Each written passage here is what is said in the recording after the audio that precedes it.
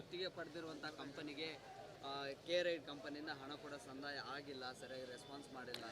ಬುಧವಾರ ನಾನು ಸಬರ್ಬನ್ ರೈಲ್ದು ಒಂದು ವಿಸ್ತೃತವಾದಂಥ ಒಂದು ರಿವ್ಯೂ ಮೀಟಿಂಗ್ ಕರೆದಿದೆ. ನಿಮ್ಮೆಲ್ರಿಗೂ ಕೂಡ ಅವತ್ತು ಕೂಡ ತಿಳಿಸತ್ತೆ. ತಾವು ಕೂಡ ಅವತ್ತು ಬನ್ನಿ, ವಿಷಯ ಅಧಿಕಾರಿಗಳಿಂದ ಮತ್ತಷ್ಟು ತಿಳ್ಕೊಳ್ಳೋಣ. ಇನ್ನೊಂದು ನಾಳೆ ನಮ್ಮ ಮೆಟ್ರೋ MD ಭೇಟಿ ಮಾಡಬೇಕು ಅಂತಿದೆ. ನಿಮ್ಮೆಲ್ರಿಗೂ ಆಶ್ಚರ್ಯ ಆಗುತ್ತೆ. ಇದನ್ನು ನಾನು ಪದೇ ಪದೇ ಪತ್ರ ಕೂಡ ಬರೆದಿದ್ದೀನಿ. 10ನೇ ಕ್ಲಾಸ್ ಮಕ್ಕಳು ಸರಿಯಾಗಿರುವಂಥ ಮ್ಯಾಥಮೆಟಿಕ್ಸ್ ಮಾಡ್ತಾರೆ. ಈ BMRCL ಅವರು ಅದರಲ್ಲೂ ಮಿಸ್ಟೇಕ್ ಮಾಡಿದ್ದಾರೆ. ಈ ಫೇರ್ ಫಿಕ್ಸೇಷನ್ ಕಮಿಟಿಯಲ್ಲಿ ಕ್ಯಾಲ್ಕುಲೇಷನ್ ಮಾಡೋದ್ರಲ್ಲಿ. ನಿನ್ನೆ ನಾನು ಕೋಣನಕುಂಟೆ ಕ್ರಾಸ್ನಲ್ಲಿ ಒಂದು ಕಾರ್ಯಕ್ರಮ ಮುಗಿಸಿ ಚೌಡಯ್ಯದಲ್ಲಿ ಇನ್ನೊಂದು ಕಾರ್ಯಕ್ರಮಕ್ಕೆ ಹೋಗಬೇಕಾಗಿತ್ತು. ಮೆಟ್ರೋ ತೊಗೊಂಡೆ. ನಾನು, ನಮ್ಮ ಸಹಾಯಕರು, ನಾವೆಲ್ಲರೂ ಒಟ್ಟಿಗೆ ಹೋದ್ವಿ, 3-4 ಜನ ನಮ್ಮ ಆಫೀಸರು. ಒಂದು ಮೆಟ್ರೋ ಟಿಕೆಟಿಗೆ ಅಲ್ಲಿಂದ ನಮಗೆ 70 ರೂಪಾಯಿ ಆಗ್ತಾಯಿದೆ. ನಾವು ಇಬ್ಬರು ಹೋಗಿದ್ದು 140 ರೂಪಾಯಿ, ಇಲ್ಲಿಂದ ಅಲ್ಲಿಗೆ ಹೋಗಿದ್ದು. ಅದೇ ನಾವು 2 ವೀಲರಲ್ಲಿ ಹೋಗ್ಬಿಟ್ಟಿದ್ದಿದ್ರೆ, ಅದು ಎಲೆಕ್ಟ್ರಿಕ್ ವೆಹಿಕಲಲ್ಲಿ ಹೋಗ್ಬಿಟ್ಟಿದ್ದಿದ್ರೆ ಅಷ್ಟು ಖರ್ಚಾಗ್ತಿರ್ಲಿಲ್ಲ. ಪಬ್ಲಿಕ್ ಟ್ರಾನ್ಸ್ಪೋರ್ಟ್ ಚೀಪ್ ಇರಬೇಕು, ಪ್ರೈವೇಟ್ ವೆಹಿಕಲ್ಸ್ ಕಾಸ್ಟ್ಲಿ ಆಗಬೇಕು, ಟ್ರಾಫಿಕ್ಕನ್ನು ಅಡ್ರೆಸ್ ಮಾಡೋಕ್ಕೆ ಸಾಧ್ಯ ಆಗದೆ ಆವಾಗ. ಫೇರ್ ಫಿಕ್ಸೇಷನ್ನಲ್ಲಿ ಕ್ಯಾಲ್ಕ್ಯುಲೇಷನ್ ತಪ್ಪು ಮಾಡಿ BMRCL ಅವರು ಕಳೆದ 3.5-4 ತಿಂಗಳಿಂದ ಸುಮಾರು 150 ಕೋಟಿ ರೂಪಾಯಿ ಹೆಚ್ಚು ಜನರಿಂದ ಟಿಕೆಟ್ ರೂಪದಲ್ಲಿ ಕಲೆಕ್ಟ್ ಮಾಡಿದ್ದಾರೆ. ನಾವು ನಾಳೆ MD ಭೇಟಿ ಮಾಡ್ತಾ ಇದ್ದೀನಿ. ನಮ್ಮ ಈ ಭಾಗದ ಎಲ್ಲ ಶಾಸಕರನ್ನು ಒಟ್ಟಿಗೆ ಕರ್ಕೊಂಡು ಹೋಗೋಣ ಅಂತಿದೆ. ನಾವೆಲ್ಲ ಒಟ್ಟಿಗೆ ಹೋಗಿ ಯಾವ ಆಧಾರದ ಮೇಲೆ ಈ ಕ್ಯಾಲ್ಕುಲೇಷನ್ ಮಾಡಿದ್ರಿ, ಈ ಮ್ಯಾಥಮೆಟಿಕ್ಸನ್ನು ನಮಗೆ ಎಕ್ಸ್ಪ್ಲೈನ್ ಮಾಡಿಬಿಡಿ ಸರ್ ಅಂತ MD ಅವ್ರಿಗೆ ನಾವು ಕೇಳೋಣ ಅಂತಿದ್ದೀವಿ. ಏಕೆಂದರೆ ನಾವು ಮಾಡಿದ್ದು ಲೆಕ್ಕಾಚಾರದ ಪ್ರಕಾರ ಮತ್ತು ಎಲ್ಲ ಕ್ಯಾಲ್ಕುಲೇಟ್ರ್ ಉಪಯೋಗಿಸಿದ್ವಿ, ChatGPT ಉಪಯೋಗಿಸಿದ್ವಿ. ಕೆಲವು ಯಾರು ಎಕ್ಸ್ಪರ್ಟ್ಸ್ ಇದ್ದಾರೆ ಮ್ಯಾಥಮೆಟಿಕ್ಸಲ್ಲಿ ಈ ಕ್ಯಾಲ್ಕುಲೇಷನ್ ಈಕ್ವೇಷನ್ ಮಾಡೋರು ಅವರೆಲ್ಲರೂ ಕೇಳಿದ್ದೀವಿ ಹೆಂಗೆ ಈ ಕ್ಯಾಲ್ಕುಲೇಷನ್ ಬರ್ತಾ ಇದೆ ಅಂತ. ಮ್ಯಾಥ್ಸ್ ಹೆಂಗೆ ಅಂದರೆ ಸರ್, ನೀವು 2+2 ಮಾಡಿದ್ರೂ 4 ಬರಬೇಕು, ನಾನು 2+2 ಮಾಡಿದ್ರೂ 4 ಬರಬೇಕು. BMRCL MD ಕ್ಯಾಲ್ಕುಲೇಷನ್ ಮಾಡಿದ್ರು ಅದೇ ನಂಬರ್ ಬರಬೇಕು, ನಾನು ಕ್ಯಾಲ್ಕುಲೇಷನ್ ಮಾಡಿದ್ರು ಅದೇ ನಂಬರ್ ಬರಬೇಕು. ಮ್ಯಾಥ್ಸ್ ಸುಳ್ಳಾಗಲ್ವಲ್ಲ. ಅವ್ರಿಗೆ ಹೆಂಗೆ ಈ ನಂಬರ್ ಬಂತು ಅನ್ನೋದನ್ನು ಅವ್ರು ಎಕ್ಸ್ಪ್ಲೈನ್ ಮಾಡಲಿ ಅಂತ ನಾಳೆ ಅವರನ್ನು ನಾವು ಭೇಟಿ ಮಾಡಿ ಕೇಳ್ತಾ ಇದ್ದೀವಿ. ತಮಗೂ ತಿಳಿಸ್ತೀವಿ, ತಾವು ದಯವಿಟ್ಟು ಬನ್ನಿ. ಜನಕ್ಕೆ ಬೆಂಗಳೂರಿನಲ್ಲಿ ಮೆಟ್ರೋ ಜಾಸ್ತಿ ಆಗಿರೋದ್ರಿಂದ ಎಷ್ಟೋ ಜನ ರೈಡರ್ಶಿಪ್ ಕಡಿಮೆ ಆಗಿದೆ. ದಿನನಿತ್ಯ ಓಡಿಸೋವಂಥ ಮೆಟ್ರೋದಲ್ಲಿ ಓಡಾಡುವಂಥವ್ರಿಗೆ, ಕಾರ್ ಇಲ್ದಲೇ ಇರೋವಂಥವ್ರಿಗೆ ಅವ್ರಿಗೆ ಹೆಂಗೆ ಸರ್ ನಾವು ದಿನಕ್ಕೆ ನೀವು 250 ರೂಪಾಯಿ. ಮೊನ್ನೆ ನಾನೊಬ್ಬರು ರಸ್ತೆಯಲ್ಲಿ ಸಿಕ್ದವ್ರು ನನ್ನ ಹತ್ರ ಬಂದು ಹೇಳಿದ್ದು, ಅವರು ಅವ್ರ ವೈಫು ಪ್ರತಿ ದಿವಸ 2 ವೇ ಹೋಗಿ ಬರೋದಕ್ಕೆ ಪಾರ್ಕಿಂಗು ಸೇರಿ ಅವರಿಗೆ 600 ರೂಪಾಯಿ ಒಂದು ದಿವಸಕ್ಕೆ ಮೆಟ್ರೋ ಖರ್ಚಾಗ್ತಾ ಇದೆ ಅಂತ. 90 ಒನ್ ವೇ, ವಾಪಸ್ ಬರೋಕ್ಕೆ 90 180 ರೂಪಾಯಿ, ಪಾರ್ಕಿಂಗಿಗೆ 30 ರೂಪಾಯಿ ಎರಡೂ ಕಡೆಗೆ. ಹೆಂಗೆ ಸಾಧ್ಯ? ಸಾಮಾನ್ಯ ಜನ ಹೆಂಗೆ ಓಡಾಡೋಕ್ಕೆ ಸಾಧ್ಯ ಇದೆ? ಇದನ್ನು ನಾವು ಇವತ್ತು ಅಡ್ರೆಸ್ ಮಾಡಬೇಕಾಗಿದೆ. 30ನೇ ತಾರೀಕು ಕೇಂದ್ರದ ನಗರಾಭಿವೃದ್ಧಿ ಸಚಿವರು ಕೂಡ ಬೆಂಗಳೂರಿಗೆ ಬರ್ತಾ ಇದ್ದಾರೆ.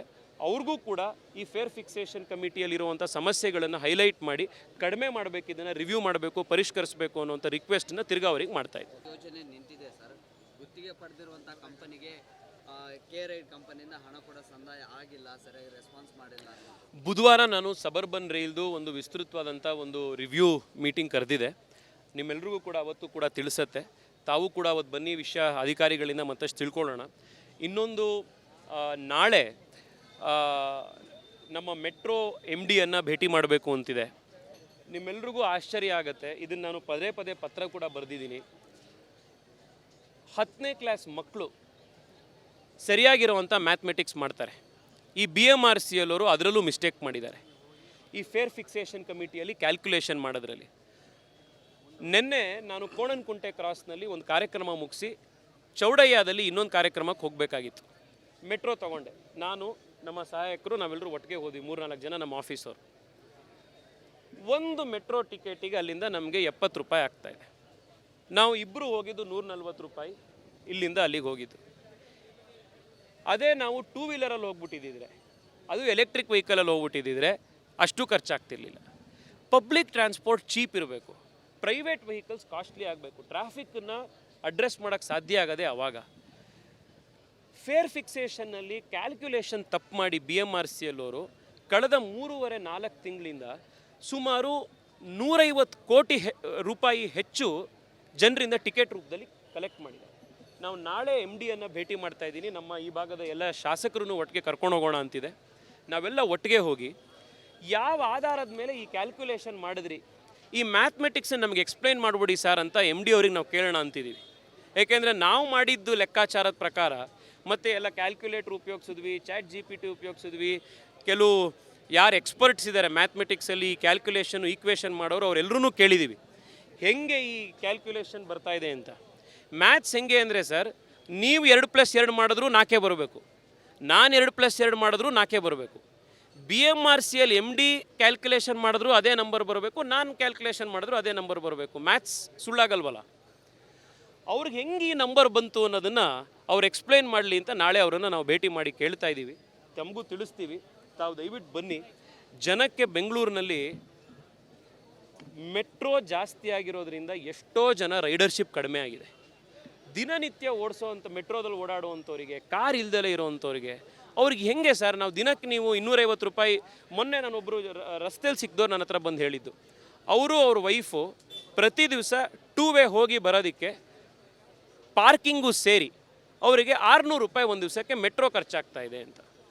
90 1 ವೇ, ವಾಪಸ್ ಬರೋಕ್ಕೆ 90 180 ರೂಪಾಯಿ, ಪಾರ್ಕಿಂಗಿಗೆ 30 ರೂಪಾಯಿ ಎರಡೂ ಕಡೆಗೆ. ಹೆಂಗೆ ಸಾಧ್ಯ? ಸಾಮಾನ್ಯ ಜನ ಹೆಂಗೆ ಓಡಾಡೋಕ್ಕೆ ಸಾಧ್ಯ ಇದೆ? ಇದನ್ನು ನಾವು ಇವತ್ತು ಅಡ್ರೆಸ್ ಮಾಡಬೇಕಾಗಿದೆ.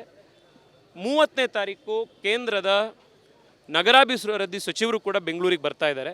ಅವ್ರಿಗೂ ಕೂಡ ಈ ಫೇರ್ ಫಿಕ್ಸೇಷನ್ ಕಮಿಟಿಯಲ್ಲಿರುವಂಥ ಸಮಸ್ಯೆಗಳನ್ನು ಹೈಲೈಟ್ ಮಾಡಿ ಕಡಿಮೆ ಮಾಡಬೇಕು, ಇದನ್ನು ರಿವ್ಯೂ ಮಾಡಬೇಕು, ಪರಿಷ್ಕರಿಸಬೇಕು ಅನ್ನೋಂಥ ರಿಕ್ವೆಸ್ಟನ್ನು ತಿರ್ಗಾ ಅವ್ರಿಗೆ ಮಾಡ್ತಾ ಇದ್ದೀವಿ. ಯೋಜನೆ ನಿಂತಿದೆ ಸರ್.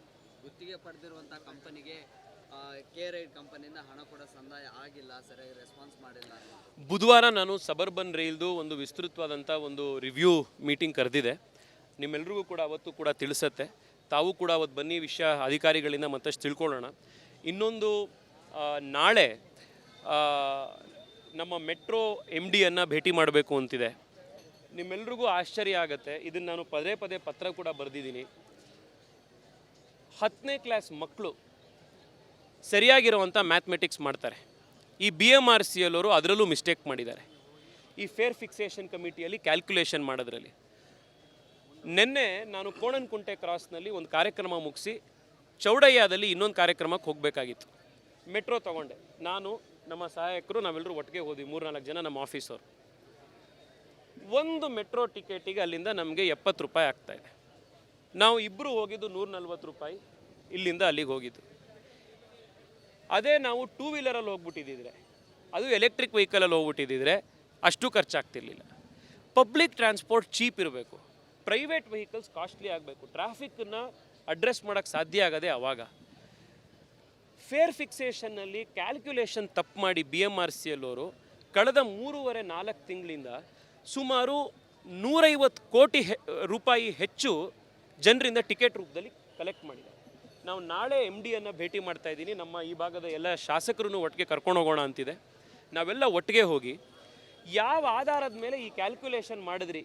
ಈ ಮ್ಯಾಥಮೆಟಿಕ್ಸನ್ನು ನಮಗೆ ಎಕ್ಸ್ಪ್ಲೈನ್ ಮಾಡಿಬಿಡಿ ಸರ್ ಅಂತ MD ಅವ್ರಿಗೆ ನಾವು ಕೇಳೋಣ ಅಂತಿದ್ದೀವಿ. ಏಕೆಂದರೆ ನಾವು ಮಾಡಿದ್ದು ಲೆಕ್ಕಾಚಾರದ ಪ್ರಕಾರ ಮತ್ತು ಎಲ್ಲ ಕ್ಯಾಲ್ಕುಲೇಟ್ರ್ ಉಪಯೋಗಿಸಿದ್ವಿ, ChatGPT ಉಪಯೋಗಿಸಿದ್ವಿ, ಕೆಲವು ಯಾರು ಎಕ್ಸ್ಪರ್ಟ್ಸ್ ಇದ್ದಾರೆ ಮ್ಯಾಥಮೆಟಿಕ್ಸಲ್ಲಿ ಕ್ಯಾಲ್ಕುಲೇಷನ್ ಈಕ್ವೇಷನ್ ಮಾಡೋರು ಅವರೆಲ್ಲರೂ ಕೇಳಿದ್ದೀವಿ ಹೆಂಗೆ ಈ ಕ್ಯಾಲ್ಕುಲೇಷನ್ ಬರ್ತಾ ಇದೆ ಅಂತ. ಮ್ಯಾಥ್ಸ್ ಹೆಂಗೆ ಅಂದರೆ ಸರ್, ನೀವು 2+2 ಮಾಡಿದ್ರೂ 4 ಬರಬೇಕು, ನಾನು 2+2 ಮಾಡಿದ್ರೂ 4 ಬರಬೇಕು. BMRCಯಲ್ಲಿ MD ಕ್ಯಾಲ್ಕುಲೇಷನ್ ಮಾಡಿದ್ರೂ ಅದೇ ನಂಬರ್ ಬರಬೇಕು, ನಾನು ಕ್ಯಾಲ್ಕುಲೇಷನ್ ಮಾಡಿದ್ರೂ ಅದೇ ನಂಬರ್ ಬರಬೇಕು. ಮ್ಯಾಥ್ಸ್ ಸುಳ್ಳಾಗಲ್ವಲ್ಲ? ಅವ್ರಿಗೆ ಹೆಂಗೆ ಈ ನಂಬರ್ ಬಂತು ಅನ್ನೋದನ್ನು ಅವ್ರು ಎಕ್ಸ್ಪ್ಲೈನ್ ಮಾಡಲಿ ಅಂತ ನಾಳೆ ಅವರನ್ನು ನಾವು ಭೇಟಿ ಮಾಡಿ ಕೇಳ್ತಾ ಇದ್ದೀವಿ. ತಮಗೂ ತಿಳಿಸ್ತೀವಿ, ತಾವು ದಯವಿಟ್ಟು ಬನ್ನಿ. ಜನಕ್ಕೆ ಬೆಂಗಳೂರಿನಲ್ಲಿ ಮೆಟ್ರೋ ಜಾಸ್ತಿ ಆಗಿರೋದ್ರಿಂದ ಎಷ್ಟೋ ಜನ ರೈಡರ್ಶಿಪ್ ಕಡಿಮೆ ಆಗಿದೆ. ದಿನನಿತ್ಯ ಓಡಿಸೋವಂಥ ಮೆಟ್ರೋದಲ್ಲಿ ಓಡಾಡುವಂಥವ್ರಿಗೆ, ಕಾರ್ ಇಲ್ದಲೇ ಇರೋವಂಥವ್ರಿಗೆ ಅವ್ರಿಗೆ ಹೆಂಗೆ ಸರ್ ನಾವು ದಿನಕ್ಕೆ ನೀವು 250 ರೂಪಾಯಿ? ಮೊನ್ನೆ ನಾನೊಬ್ಬರು ರಸ್ತೆಯಲ್ಲಿ ಸಿಕ್ದವ್ರು ನನ್ನ ಹತ್ರ ಬಂದು ಹೇಳಿದ್ದು, ಅವರು ಅವ್ರ ವೈಫು ಪ್ರತಿ ದಿವಸ 2 ವೇ ಹೋಗಿ ಬರೋದಕ್ಕೆ ಪಾರ್ಕಿಂಗು ಸೇರಿ ಅವರಿಗೆ 600 ರೂಪಾಯಿ ಒಂದು ದಿವಸಕ್ಕೆ ಮೆಟ್ರೋ ಖರ್ಚಾಗ್ತಾ ಇದೆ ಅಂತ. 90 1 ವೇ, ವಾಪಸ್ ಬರೋಕ್ಕೆ 90 180 ರೂಪಾಯಿ, ಪಾರ್ಕಿಂಗಿಗೆ 30 ರೂಪಾಯಿ ಎರಡೂ ಕಡೆಗೆ. ಹೆಂಗೆ ಸಾಧ್ಯ? ಸಾಮಾನ್ಯ ಜನ ಹೆಂಗೆ ಓಡಾಡೋಕ್ಕೆ ಸಾಧ್ಯ ಇದೆ? ಇದನ್ನು ನಾವು ಇವತ್ತು ಅಡ್ರೆಸ್ ಮಾಡಬೇಕಾಗಿದೆ. 30ನೇ ತಾರೀಕು ಕೇಂದ್ರದ ನಗರಾಭಿವೃದ್ಧಿ ಸಚಿವರು ಕೂಡ ಬೆಂಗಳೂರಿಗೆ ಬರ್ತಾ ಇದ್ದಾರೆ. ಅವ್ರಿಗೂ ಕೂಡ ಈ ಫೇರ್ ಫಿಕ್ಸೇಷನ್ ಕಮಿಟಿಯಲ್ಲಿರುವಂಥ ಸಮಸ್ಯೆಗಳನ್ನು ಹೈಲೈಟ್ ಮಾಡಿ ಕಡಿಮೆ ಮಾಡಬೇಕು, ಇದನ್ನು ರಿವ್ಯೂ ಮಾಡಬೇಕು, ಪರಿಷ್ಕರಿಸಬೇಕು ಅನ್ನೋಂಥ ರಿಕ್ವೆಸ್ಟನ್ನು ತಿರ್ಗಾ ಅವ್ರಿಗೆ ಮಾಡ್ತಾಯಿದ್ದೆ.